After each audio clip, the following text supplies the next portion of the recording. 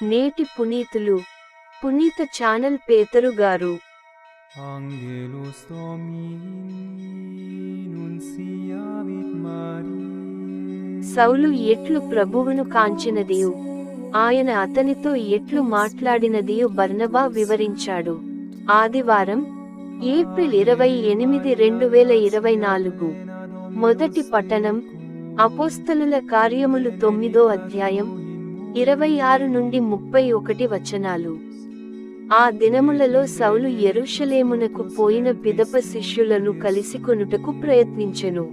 ఇతడు కూడా శిష్యుడైనాడు అను సంగతిని వారు నమ్మలేకుండిరి. అందుచే అతడన్నచో వారికి గుండెదడ పుట్టుచుండెను.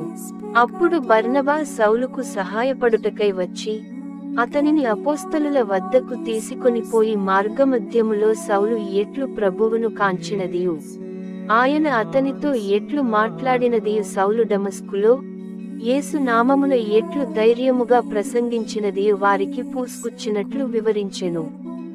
అప్పటి నుండి సౌలు వారితో కలిసి యెరూషలేమునందు అంతటను తిరుగుచు ప్రభువు నామమున ధైర్యముగా ప్రసంగించుచుండెను.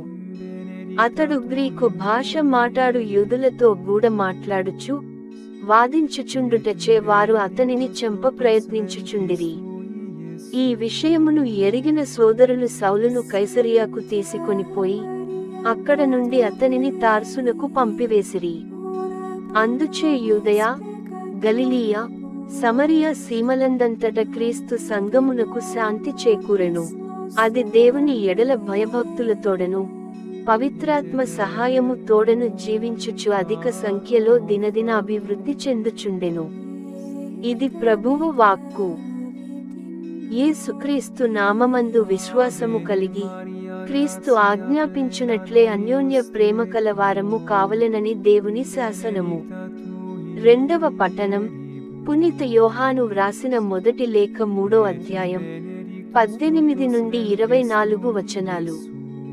బిడ్డలారా, మన ప్రేమ కేవలము మాటలు, సంభాషణములు మాత్రమే కాదు, అవి చేతలలో నిరూపింపబడు యథార్థ ప్రేమ కావలయును.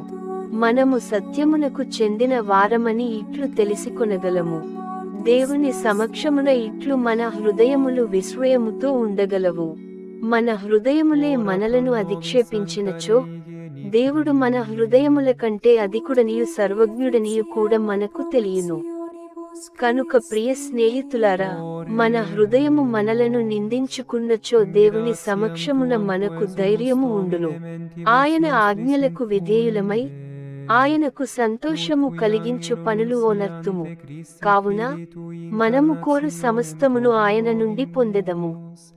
ఆయన కుమారుడగు యేసుక్రీస్తు నామమునందు విశ్వాసము కలిగి క్రీస్తు ఆజ్ఞాపించునట్లే అన్యోన్య ప్రేమ కలవారము కావలెనని దేవుని శాసనము దైవ శాసనమునకు విధేయులగువారు దేవుని యందును దేవుడు వారియందును ఉందురు. ఆయన మనకు ఒస్గిన ఆత్మ వలన దేవుడు మనయందు ఉన్నాడని మనకు తెలియును. ఇది ప్రభువు వాక్కు.